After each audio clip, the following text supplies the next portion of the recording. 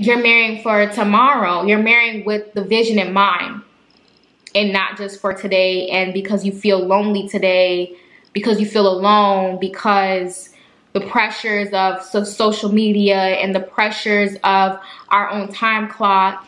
Welcome back to the Being Single Diaries. My name is Samantha Laguerre, but also known as Being Sam TV. Here we talk about singleness. Here we talk about relationships. Here we talk about dating. Here we talk about marriage. Okay, so the whole nine.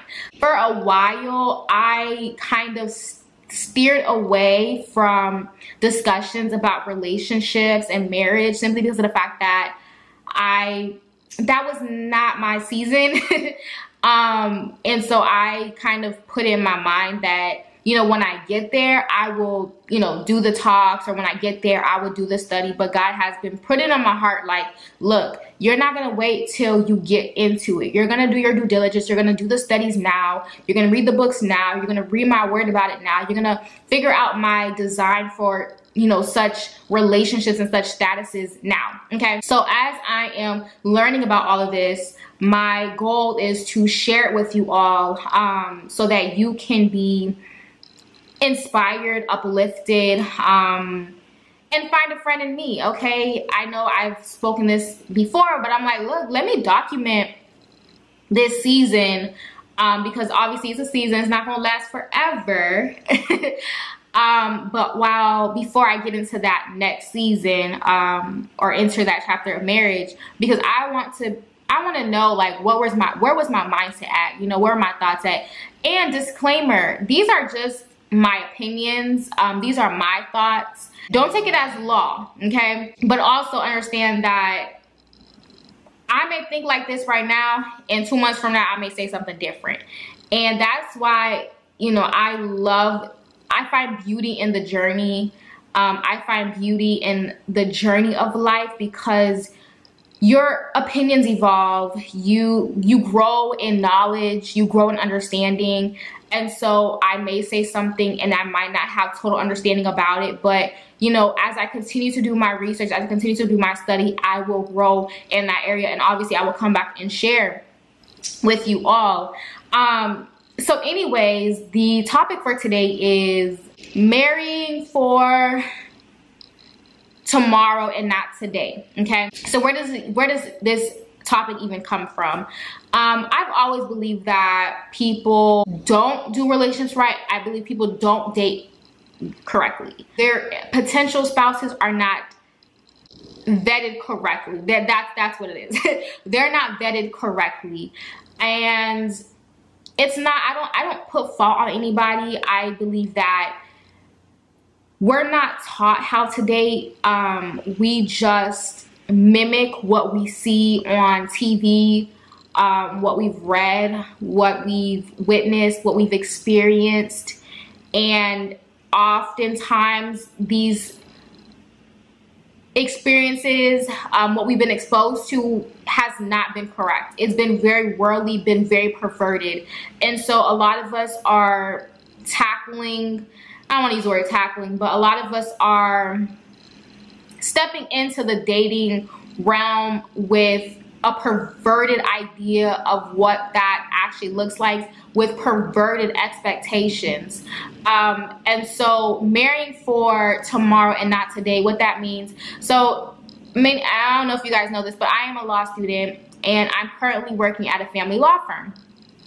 And so there's a checklist of things that people have to kind of mark about why they're seeking for divorce, because we mostly handle divorces at the firm. And oftentimes, majority of the times, you'll see that they'll say, you know, we don't have the same ideas of marriage, or we don't have the same ideas of values, or, you know, they might make a comment like, you know, I find value or importance in the kids going to church and the spouse doesn't. And it's like, y'all didn't know this before y'all got married. Like, I don't understand, how does one spouse, like, how did y'all not have this conversation? And I believe that people marry for today and not for tomorrow. And so what that means is that we marry with our current situation in mind, and we do not marry with the vision, right? Because, for example, and I'm gonna give my own personal testimony, but I remember a few years ago where I was in this very rebellious state, okay? I was not going to church. I was not reading my Bible. And I was just being very rebellious to God. I was just doing whatever I wanted to do, basically. But I knew that would not be forever. And I got into a relationship, and they saw, or what they experienced was the rebellious side of me, right? They experienced the rebellious Samantha, but not the Samantha who was going to eventually walk into her purpose and, you know, develop a stronger relationship with God. That's not who I was at the moment. So let's say that I were to marry this person, and then, you know, a year later or 2 years later, I'm like, yo, all about Jesus, and, you know, wanting to read my Bible. I'm not wanting to go party. I'm not wanting to do the things that I may have been doing at the time. What now? Now I am unequally yoked and on fire for Jesus, and I have a spouse who doesn't share the same fire. Let's put it there. And now what? You know what I mean? And so that's why I think it's important that we tend to couple up with people who are currently experiencing what we're experiencing, but you may have a vision, you may have an idea of how you want to see your future, or you may be like, okay, yeah, I might not be going to church right now, whatever, but I know that in the future, that's what I see myself doing. I may not be working out right now, but I do see for the future me working out. You understand? So if we yoke ourselves with people who are currently experiencing what we're experiencing, or are currently in the mood that we're in, or, you know, we're just marrying based off our current situation, our current circumstance, without a vision in mind about our future, and we get there and now we're upset, but you should have asked these questions. You understand? So you may have in your mind that you want to change, but that person might not have in mind that they want to change, or they might want to exercise some of the things that you're trying to exercise in your life or practice in your life. And so now what? Now you have a marriage where you're trying to go one way, you're changing courses because you were going this way, now you want to go one way, and they're still going that way, and how is it going to work? You understand? So my advice is to vet correctly. And what that means, I know that we can get a little googly eyes sometimes, you know. We might be a little intimidated in asking what we might believe to be tough questions, or we might believe to be intrusive questions when it comes to dating and vetting the opposite person.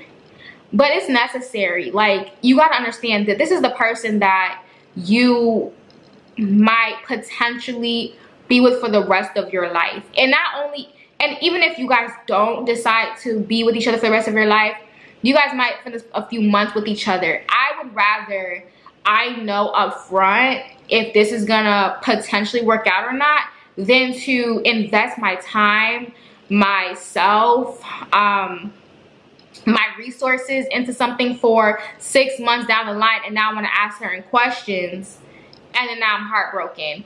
And what often happens is we might get our answer and we still hold on because we've already invested so much time, and now I'm emotionally tied to this person and I don't want to let go. You know what I mean? And so then that's when we start to compromise, and that's where you hear the word settle. We tend to settle with this person even though they don't necessarily align with our vision of our future life, or even vice versa. You understand? Like, our visions are not, it wouldn't sync. You understand? Yeah, married for tomorrow and not for today. Don't be deceived. Like, where you are right now is not where you're always going to be.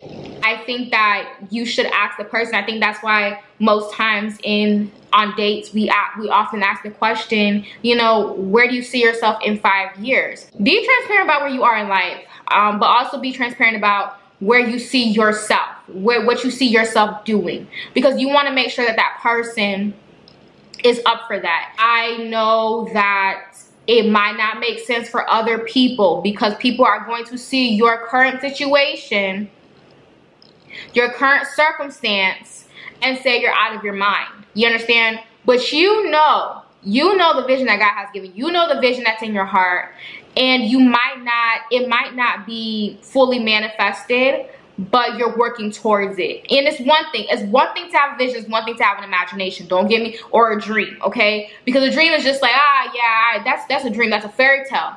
A vision is something like God's giving you that thing, you've written that down, and you're making steps towards fulfilling that. So you might be at the beginning stages of fulfilling that vision, right? And so everybody else doesn't see that fulfillment, or they don't even see the steps that you have been taking. And so yes, you might be, comparing, your vision or where you're headed to the person that might be trying to court you and say like, hey, does this align with where I'm going currently? I think that's important because people will try to tell you, girl, your standards are too high. And it's not even about my standards being too high. It's about there's a vision that God has given me. And it's like at some point, I'm going to have to submit my vision to theirs. And I would want to make sure that it's aligned. You understand? Like, I don't want to neglect the vision and then submit to a whole totally different vision. God's like, girl, that's not where I was trying to, that's not what was happening. That's not where I was trying to send you.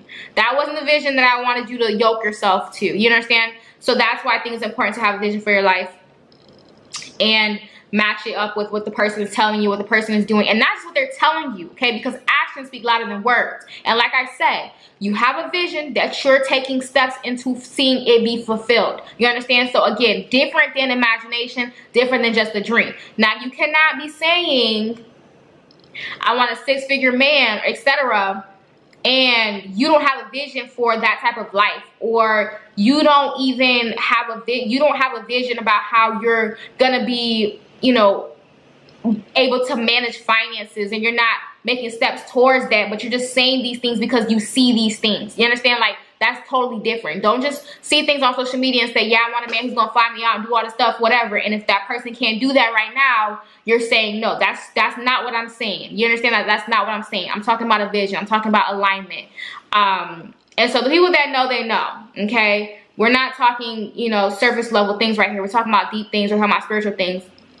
And so you want to make sure that you're marrying for tomorrow. You're marrying with the vision in mind, and not just for today. And because you feel lonely today, because you feel alone, because the pressures of social media and the pressures of our own time clock, or we've made ourselves, or we allow the enemy to make us believe as though that we would never come out of the situation and that this rebellious state would always be my life. No, we rebuke that.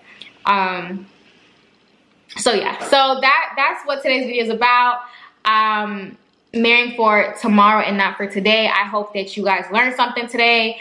And I'm excited because I believe that there's going to be an audience of you guys that are going to watch this, and you're going to be very intentional about your single season. And you're going to be very intentional about doing it correctly. Like, I have to do things with excellence. You understand? Like, I believe God has called us to be a people of excellence. And so even when it comes to dating relationships, I want to do with excellence. And so I want to make sure that I do not, again, turn a blind eye to experiences of others, to testimonies of others, to what the Bible says about certain things and the wisdom that it entails for us to apply to our own lives. Yeah, like, no, we want successful relationships and we want successful marriages, okay? And so we're going to be intentional single people that's going to experience success in our relationships and our marriages, okay? Well, that was all I had for you guys today. Thank you guys for tuning in. Again, you just see me be me. Now you go out there and go be you. Bye.